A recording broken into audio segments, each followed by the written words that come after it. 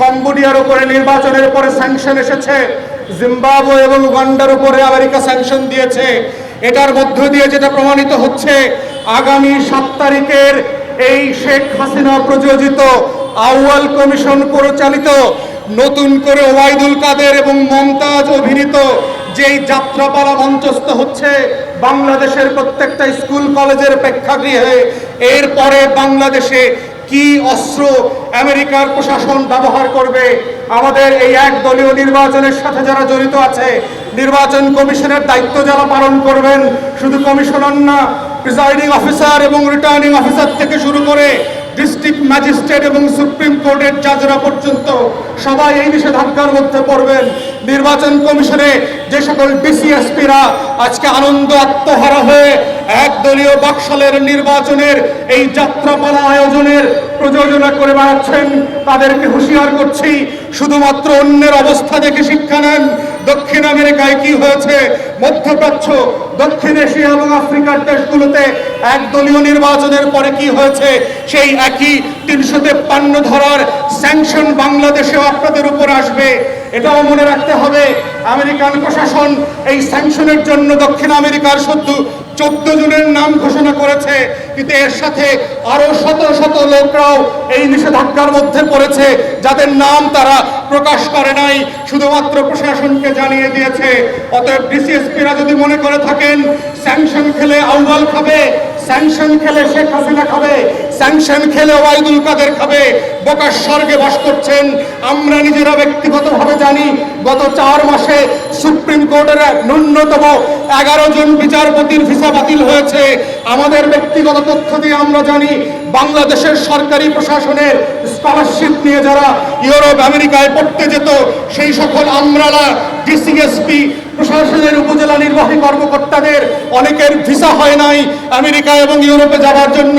Scholarship থাকার পরেও এইগুলো বাস্তবে হচ্ছে এবং এটা আরো বেগবান হবে যদি আপনারা এই একদলীয় নির্বাচনের নাটক যাত্রাপালা কন্টিনিউ করেন।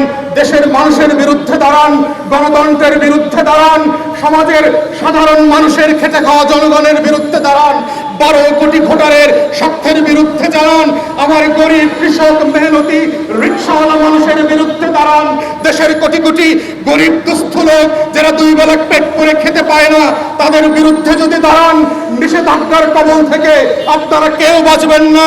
শেখ হাসিনা শুধু না, ওবায়দুল কাদের শুধু না, আউয়াল কমিশন শুধু না, দেশের প্রত্যেকটা জেলায় এবং উপজেলায় যারা রিটার্নিং অফিসারের দায়িত্ব পালন করবেন, প্রিসাইডিং অফিসারের দায়িত্ব পালন করবেন, যেই সকল জাজরা ডিস্ট্রিক্ট ম্যাজিস্ট্রেটের দায়িত্ব পালন করে প্রশাসনিক কাভারে নির্বাচনের দায়িত্ব পালন করবেন, যেই সকল সুপ্রিম কোর্টের জাজরা এই একদলীয় নির্বাচনকে বৈধতা দেওয়ার জন্য এজলাসে বসবেন, আপনাদের তালিকা সবার আগে যে প্রশাসনের কাছে যাবার কথা তাদের কাছে চলে গেছে, কেউ ঠেকাতে পারবে না।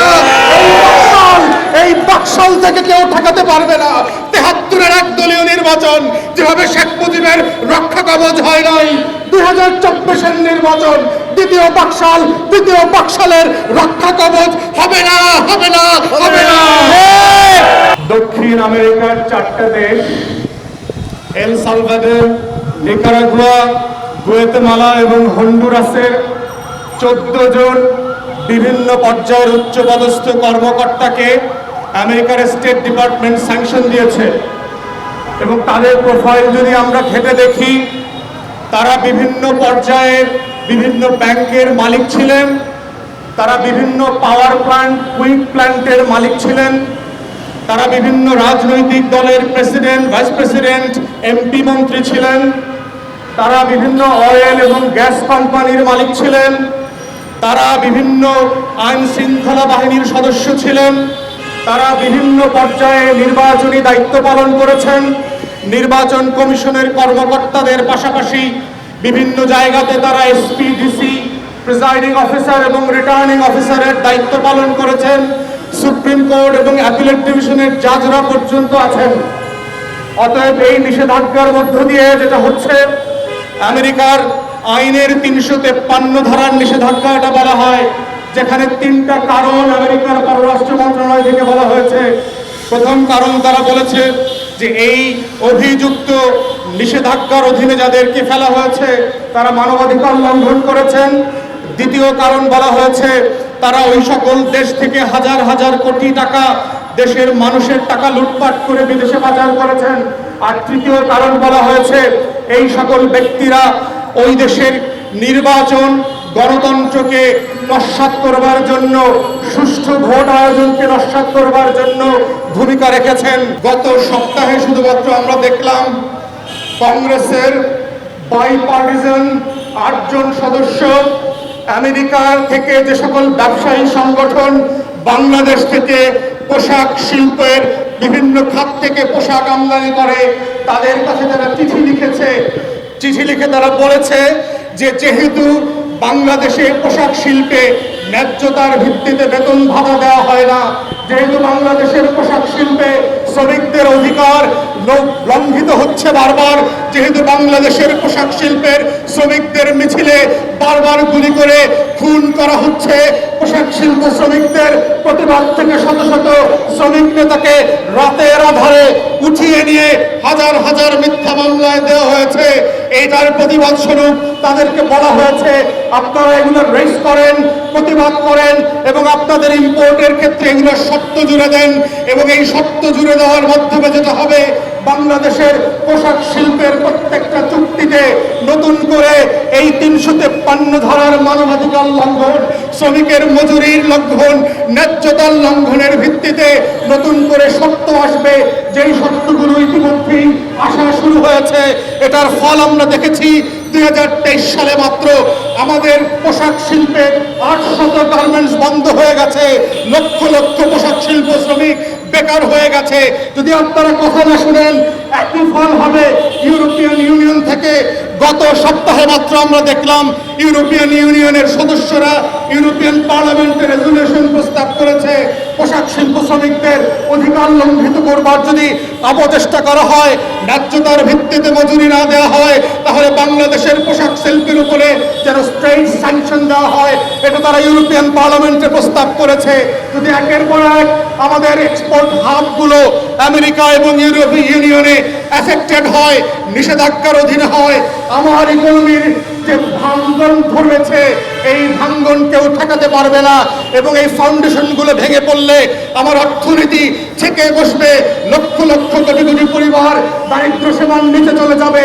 এবং এর একমাত্র দায় হচ্ছে এই অনির্বাচিত শেখ হাসিনার সরকার, এই দ্বিতীয় বাকশাল এবং তৃতীয় বাকশাল, যেটার দাবিতে আপনারা দেখতে পাচ্ছেন আজকে মাত্র ঘোষণা করা হয়েছে সম্মিলিত শ্রমিক সংগঠনগুলো আগামী 1 তারিখ থেকে টানা অবরোধ এবং হরতাল এবং স্ট্রাইক ঘোষণা করেছে পোশাক শিল্পে, যেটা কোনোভাবেই এই দেশের ভবিষ্যতের জন্য ভালো লক্ষণ না। প্রত্যেকটা ঘটনাগুলোকে যদি একভাবে আপনারা মিলায় পড়েন এটা আমাদের জন্য অশনি সংকেত। অতএব শেখ হাসিনা সরকারকে ক্ষমতায় যদি রাখেন, আপনারা যারা নিরাপদে পথ চলছেন, বাসে যাতায়াত করছেন, রিক্সা চালাচ্ছেন, সিএনজি চালাচ্ছেন, প্রতিবাদ করছেন না, মনে করছেন শেখ হাসিনার ব্যবসা শেখ হাসিনা করুক, কৃতদাসদের জন্য কোনো স্বাধীনতা নয়, লড়াই ছাড়া আপনার অধিকার পাবেন না। যদি মনে করে থাকেন গাড়িতে বসে পাজেরো চালায় গুলশানে ধানমন্ডিতে থেকে আরামে এসে জীবনযাপন করবেন, আপনাদেরকে হুঁশিয়ার করে দিচ্ছি দেশের অর্থনীতি কলাপস করলে গাড়ির জানালা ভেঙে আপনার পাজেরোতে আগুন জ্বালিয়ে দিয়ে আপনার ওয়ালেট থেকে মানুষ টাকা নিয়ে বাজার করতে যাবে। এরকম ঘটনা পৃথিবীতে ঘটেছে। গৃহযুদ্ধের আগে এই ধরনের ঘটনা বার্মাতে ঘটেছে, বেলারুশে হয়েছে, আফ্রিকাতে হয়েছে। যদি সতর্ক না হন, মধ্যবিত্তকে বলছি কৃতদাসের বারাজাল থেকে বের হয়ে এসে প্রতিবাদের কাতারে দাঁড়ান, লড়াই করেন, সংগ্রাম করেন। যদি না হয় শুধু স্বাধীনতা হারাবেন না, রুটি রুচি হারাবেন না, দেশ থাকবে না, ধর্ম থাকবে না, দেশের মানুষ কুকুর বিড়ালের মতো জীবনযাপন করবে। এটা আপনার চয়েস। স্বাধীনতার পক্ষে থেকে লড়াই করে নাগরিক হিসাবে বাঁচবেন, তা কুকুর বিড়ালের মতো কৃতদাস হিসাবে পশু পাখির মতো বাঁচবেন। এই লড়াই আপনার, এই লড়াই আপনার সন্তানের, এই লড়াই আপনার উত্তর প্রজন্মের, এই লড়াই 20 কোটি মানুষের। এই লড়াইয়ে আপনাদের সকলকে অংশগ্রহণের আহ্বান জানিয়ে আমার বক্তব্য এখানেই শেষ করছি। আসসালামু আলাইকুম।